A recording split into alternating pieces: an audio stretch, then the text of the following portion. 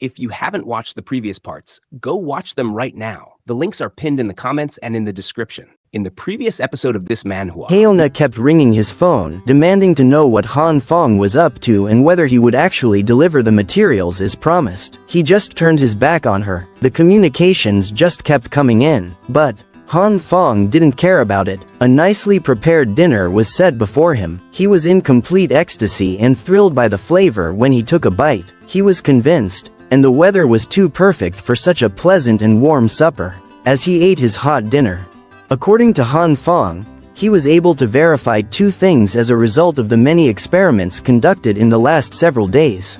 Despite his best efforts, he was unable to make a complete piece of meat grow larger than it was already, since the meat had a natural limit to how much it could be expanded. However, during his experiments, he found out something interesting: a way around it, a loophole to grow the meat infinitely, and it was only possible if certain criteria were met. Holding a piece of meat with chopsticks, Han Fong explained that he can use half of the harvested soybeans to grow new seedlings while he consumed the other half. So with this method, he always had a continuous supply of soybeans. Now he found a way to apply a sort of similar process to the meat. Each piece of meat might return to its original size when Han Fong splits it into two and attempts to grow them. Therefore, half a piece of steak combined with a few soybeans can yield a whole piece of steak under the two types of light. On his TV, in the meantime, one news reporter continued to minimize the gravity of the situation. According to the reporter, the entire island was nearly entirely covered with snow and ice, and even the ocean was freezing so quickly that it was visible to the naked eye. Expert readings, however, indicate that the ice sheet has already thickened to a depth of 55 centimeters. This investigation confirmed that the catastrophic conditions around the equator were essentially the same in every nation. However,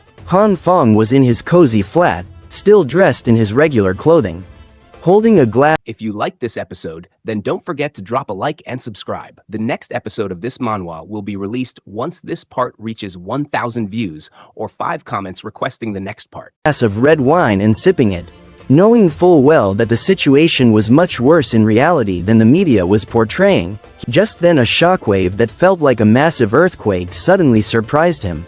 The glass of wine shook in his hand, spilling the content. Han Fong immediately went to his window, pushed back the curtain to take a look outside. Staring at an explosion outside the city was in chaos.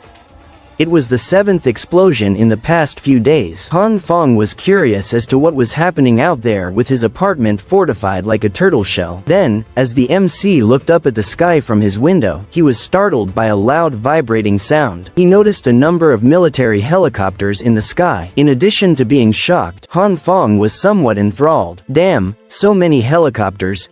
Examining the homeowner's chat group on his phone, he pushed back his curtain.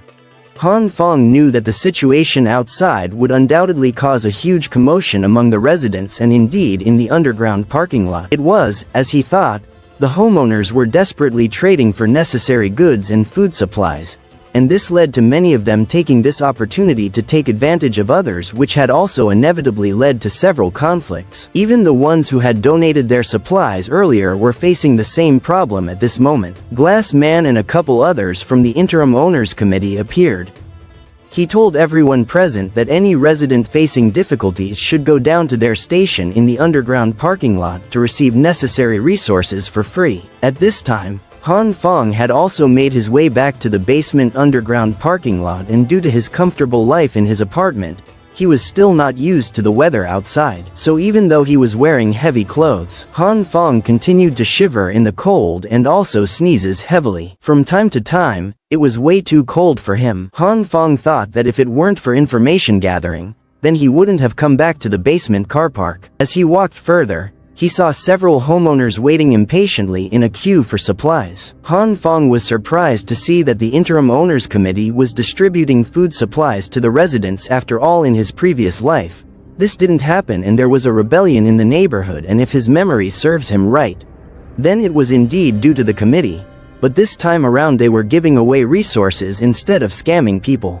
Since information like this was primarily why he came down there, he decided to find out the real situation. First, the panel showed a view of the chaotic distribution area from above with people gathered around piles of supplies, and as Han Fong walked through the crowded area in the underground parking lot, he noticed that the number of residents facing difficulties was quite high, which meant that the committee got a lot. If you liked this episode, then don't forget to drop a like and subscribe. The next episode of this manhwa will be released once this part reaches 1,000 views or 5 comments requesting the next part. Lot of donations than what they got in his previous life. Staring at the distribution point from afar, a person in the line furiously shouted that he handed over several boxes of supplies at the beginning, but now he only got this much food. Glasses man with a polite tone explained that everyone got the same share as he was given. The fat man in glasses was not having it when he heard this. Frustrated, he held out the little supplies in his hand and exclaimed for Glass Man to give him back the resources he donated. Zhang still maintained his polite demeanor and smiled, apologizing that the resources could not be returned. The disaster was ongoing, and he hopes Fatty in Glasses can think of the bigger picture. Also, once the disaster was over, he promised to pay Fatty in Glasses several times in cash.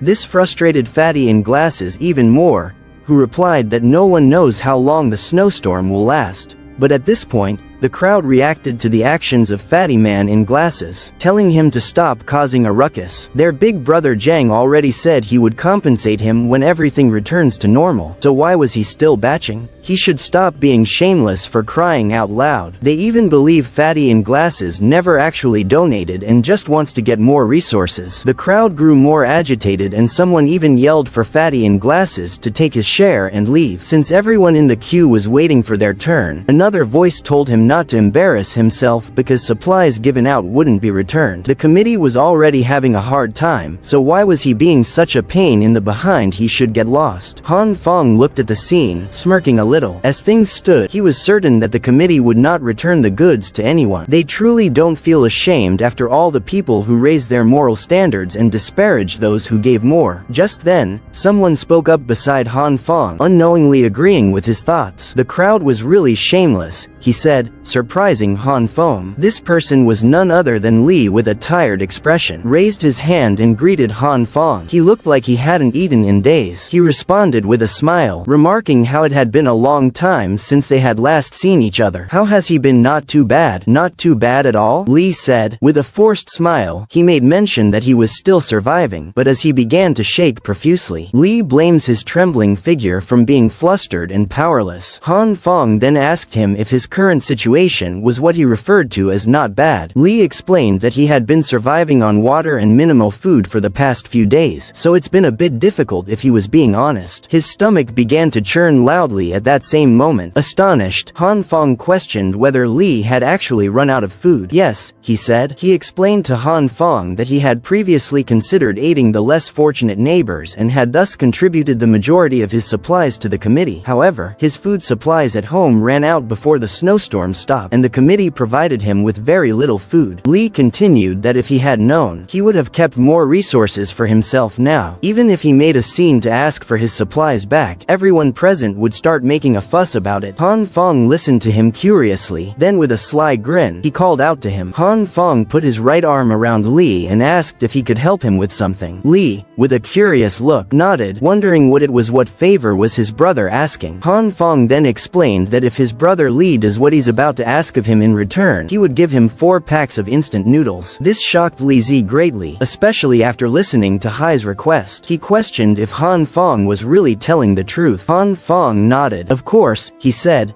Don't think too much about it. I don't have much left in stock, but I can give you that much. Li started crying, thanking Han Fong. He promised to never forget Hai's kindness. After all, he'd already figured out that his dear brother was just looking for an excuse to give him food. Han Fong reassured him, replying that Li didn't need to be so polite. They were brothers and there was no courtesy needed. He grabbed Han Fong's shoulder, reassuring him not to worry. Still crying with joy, he promised that the small request was on him and thanked him, mentioning that Li could visit his house later to collect the food. Li happily agreed, then said his farewell. He was going to collect his share of the resources being distributed first, so with that he left. Han Fong, on the other hand, reasoned that with a few packs of instant noodles and sausages would eliminate the need for him to physically visit the underground parking lot in order to obtain information. He felt a little bad about taking advantage of Lee, but it wasn't as important as being at home, relaxing, enjoying delicious food, and playing video games. However, at that precise moment, someone loudly called out his name, catching his attention, and as he turned back, a flying slap came toward him. A woman in a red coat appeared and slapped him hard. Hey, quick fact, 97% of you watching aren't subscribed. If you're enjoying the content, hit that subscribe button. It's free, helps the channel grow, and keeps you in the loop. Thanks for your support.